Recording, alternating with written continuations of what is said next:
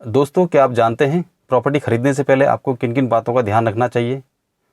यदि जानते हैं तो बहुत बढ़िया, और यदि नहीं जानते हैं तो ये वीडियो आप लोगों के लिए ही है। तो कृपया इसे पूरा देखें और समझने का प्रयास करें, जो मैं अपने अनुभव के आधार में आप लोगों को बताने वाला हूँ।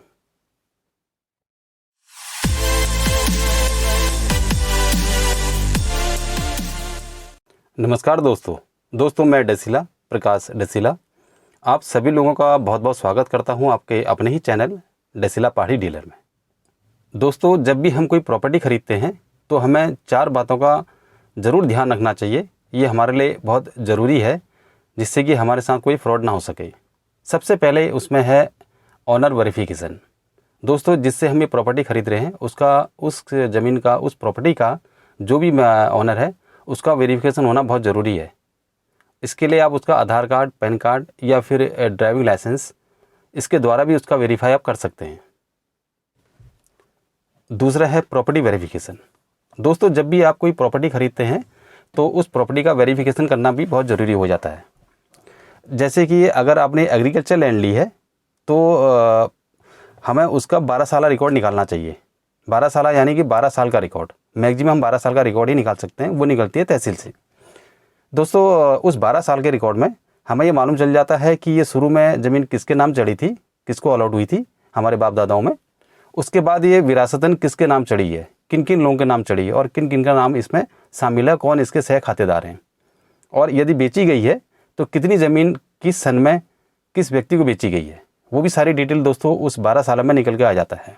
तो इसलिए इसका 12 साल देखना बहुत ज़रूरी है। इसके अलावा इसी तरह से यदि आप रेजिडेंशियल प्लॉट खरीद रहे हैं उसमें भी उसका 12 साल निकाल लेना चाहिए, जिससे कि हमें मालूम हो सके कि जो प्लॉट हम खरीदना चाह रहे हैं ये कितनी बार किन किन लोगों को बेची गई है, और जिनसे हम खरीद रहे हैं क्या उस व्यक्ति का नाम भी उसमें है या नहीं।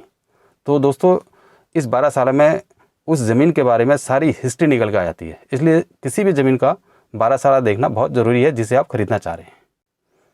दोस्तों, यदि इस प्रॉपर्टी में कोई विवाद होगा तो वो 12 साल में निकल के आ जाएगा।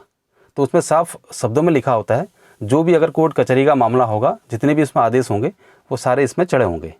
तो दोस्तों, 12 साल देखना बहुत ज़रूरी है, इससे हमें उस ज़मीन की पूरी हिस्ट्री के बारे में मालूम चल जाता है। तीसरा पॉइंट है बैंक लोन। दोस्तों, जब भी कोई आप प्रॉपर्टी खरीदते हैं तो उसके दाखिल खारिज में ये अवश्य देख लें कि उसमें कोई बैंक लोन ना हो, कोई उसका ऑनर का कोई उसमें बकाया ना हो। दोस्तों, होता क्या है, अगर आपने इस पर ध्यान नहीं दिया तो आपकी रजिस्ट्री भी हो जाएगी, दाखिल खारिज में नाम भी चढ़ जाएगा, लेकिन इन फ्यूचर जब आप उसमें मकान बनाना चाहेंगे तो आपको उसमें लोन लेने में बहुत परेशानी होगी। परेशानी क्या, लोन मिलेगा ही नहीं जब तक कि उसमें से वो ज़मीन बंधक मुक्त नहीं की जाएगी। तो दोस्तों, बात की परेशानी से अच्छा है आप पहले ही ऑनर से बोलें कि इसमें जो अमाउंट है इसको आप भुगतान करें, और उसके बाद एक नई दाखिल खारिज हमको निकाल के दें जिसमें लिखा हो बंधक मुक्त ज़मीन हो। ज़मीन हमें बंधक मुक्त ही चाहिए, ये आप पहले देख लें, नहीं तो बाद में आपको बहुत परेशानी का सामना करना पड़ सकता है। चौथा पॉइंट है फिजिकल इंस्पेक्शन। दोस्तों, जब भी कोई प्रॉपर्टी आप खरीदते हैं, बड़ी या छोटी, या फिर रेजिडेंशियल प्लॉट, रीसेल का प्लॉट, तो इसके लिए बहुत ज़रूरी है कि आप फिजिकली वहाँ पर जाएं और मौके का मुआयना करें। जितना आप खरीदना चाह रहे हैं, जितना वो आपको बेचना चाह रहा है ऑनर, उतनी ज़मीन मौके पे है या नहीं है। दोस्तों, उतनी ज़मीन मौके पे होनी चाहिए। कई बार होता क्या है, कागज़ों में तो चढ़ा होता है 5 बीघा, 1 एकड़, 2 एकड़, लेकिन मौके पे वो थोड़ा कम निकलती है।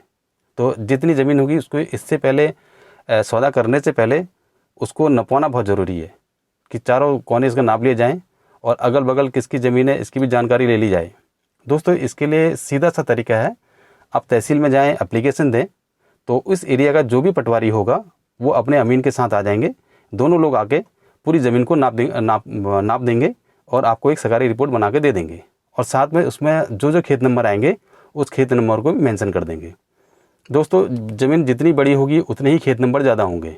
तो आप जो प्रॉपर्टी ले रहे हैं एग्जैक्ट उसका खेत नंबर क्या है ये आपको पटवारी ही बता सकता है, और कितना एरिया है टोटल जो आप लेना चाह रहे हैं या वो बेचना चाह रहे हैं कितना है एग्जैक्ट, वो आपको अमीन ही बता सकता है।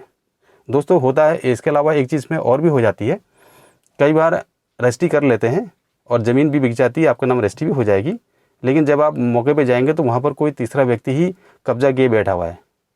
तो इसलिए आप जिस व्यक्ति से आप ले रहे हैं उसका कब्जा होना भी बहुत ज़रूरी है। तो दोस्तों ये थी मुख्य बातें। यदि आप इन बातों का ध्यान रखते हुए प्रॉपर्टी खरीदते हैं तो मुझे उम्मीद है कि आप लोगों के साथ कोई भी धोखा नहीं हो पाएगा, कोई फ्रॉड नहीं हो पाएगा।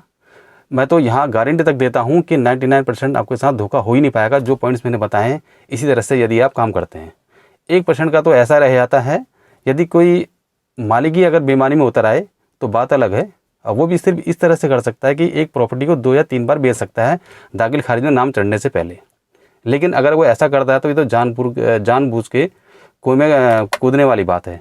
अगर कोई बीमारी में उतर आया तो इसमें फिर आप भी क्या करोगे या फिर हम भी क्या करेंगे। लेकिन अगर आप इन सुझावों को मान के काम करते हैं तो 99% आपके साथ धोखा नहीं होगा और आपको साफ़ सुथरी और एक बढ़िया प्रॉपर्टी हाथ लगेगी।